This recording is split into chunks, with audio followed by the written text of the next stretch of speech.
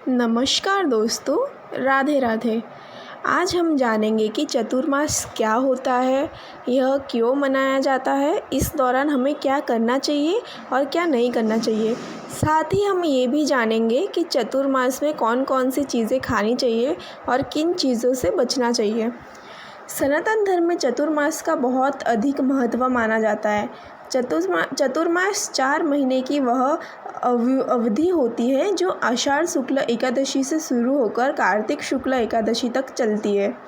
मान्यता है कि इस दौरान भगवान विष्णु योग निद्रा में चले जाते हैं और भगवान शिव पूरे संसार का संचालन करते हैं।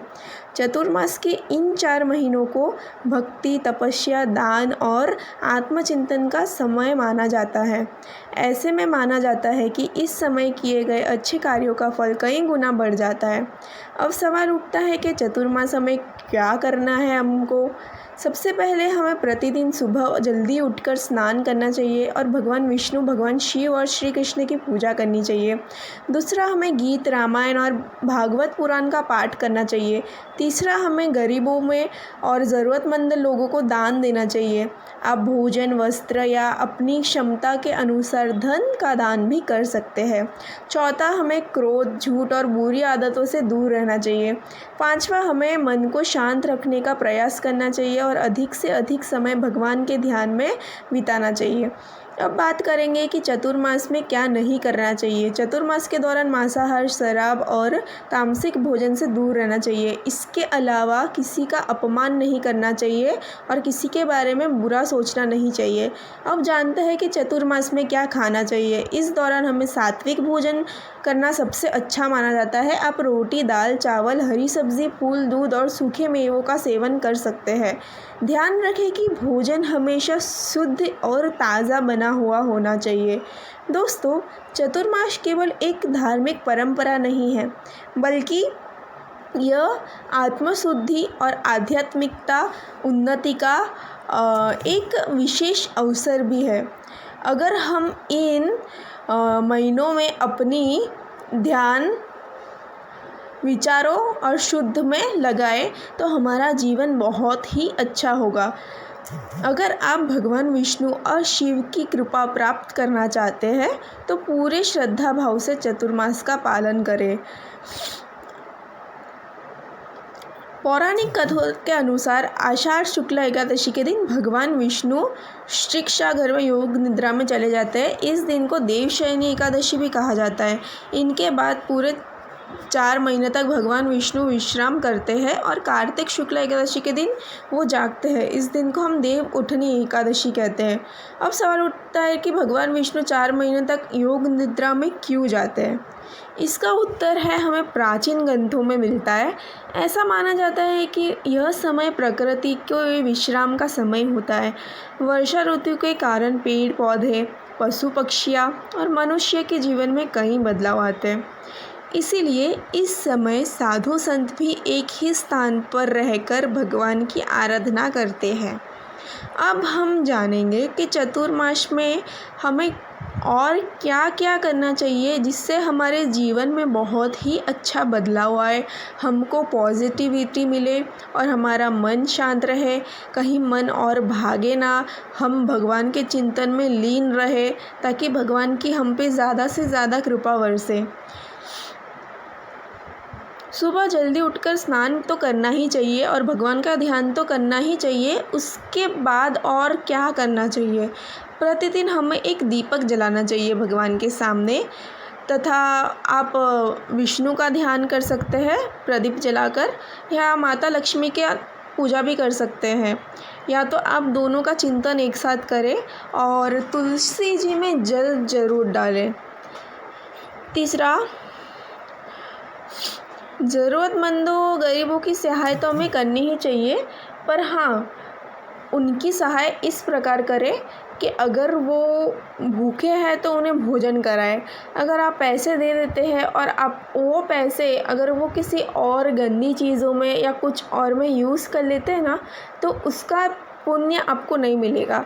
इसीलिए एक देख के दान दें कि वो अगर आपका पैसा कहीं और लगा देंगे तो शायद आपको आपका पुण्य क्षय हो सकता है, तो आप देख कर ध्यान दें। और दूसरा, प्रतिदिन कम से कम आप 108 बार भगवान के नाम का जाप ज़रूर करें, जैसे कि ओम नमः भगवते वासुदेवाय नमः, श्री राधे, और विष्णु पुराण का पाठ कर सकते हैं, रामायण पढ़ सकते हैं, गीता पढ़ सकते हैं, और भी कई प्रकार के भगवान के पाठ्य पुस्तक आते हैं। आप उन चीज़ों को पढ़ सकते हैं, भगवान की महिमा जान सकते हैं, भगवान के बारे में और ज़्यादा ज्ञान आप प्राप्त कर सकते हैं। अब बात आती है कि चतुर्मास में हम और क्या नई नई चीज़ें करें भगवान के लिए, जिससे कि हमें भगवान का आशीर्वाद मिले। हाँ, और दूसरी बात, किसी का अपमान ना करें या किसी के प्रति मन में ईर्ष्या और घृणा का भाव ना रखें। क्रोध करने से भी बचना चाहिए।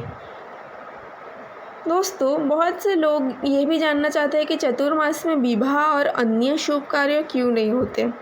तो दरअसल धार्मिक मान्यता के अनुसार इस दौरान भगवान विष्णु योग निद्रा में रहते हैं, इसलिए विवाह, गृह प्रवेश और अन्य मांगलिक कार्यों को कुछ समय के लिए टाल दिया जाता है, क्योंकि माना जाता है कि फिर उस समय जो विवाह या शुभ कार्य किया जाता है उससे उसके बाद ज़िंदगी में आपको थोड़ी सफलताएं कम मिलती है या कुछ नेगेटिव लगता है, तो लोग इसीलिए वो टाल देते हैं। ठीक है।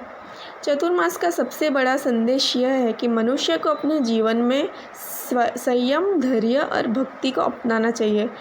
अगर आप इन 4 महीनों को सच्चे मन से भगवान की आराधना करते हैं तो आपका जीवन एकदम सुख, शांति और समृद्धि आ सकती है।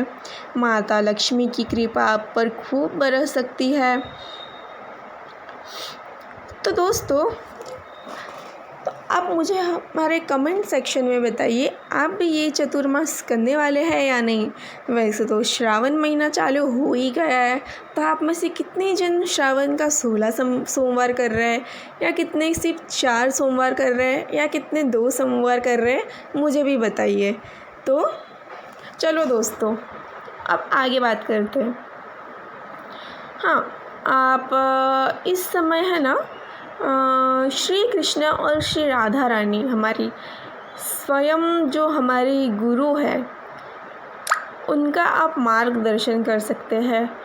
हमारे दूसरे गुरु महाराज श्री हरिवंश प्रेमानंद महाराज जी की आप कथाएं सुन सकते हैं, क्योंकि उनके कथा में जो वो मार्गदर्शन देते हैं उससे हमारे दैनिक जीवन में बहुत से बदलाव आ सकते हैं, क्योंकि वो एक सच्चे भक्त, बोलने जाए तो भगवान की उन पर असीम कृपा है, जो उनके अगर हम कोई पाठ में बैठे हैं, उनका अगर हम कोई भी कथा सुनते हैं ना, हमें उससे फील होता है कि हम भगवान से जुड़ गए हैं। उनकी विचारधारा सब कुछ इतना स्वच्छ है ना कि आपको लगेगा कि हाँ, आपने भगवान को महसूस किया है। तो उनकी कथा आप ज़रूर सुने।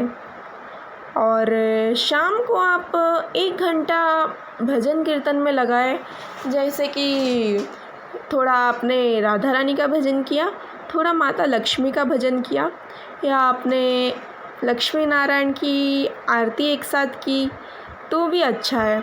और बाकी तो आप कोई भी भगवान का चित्त में ध्यान लगाएं।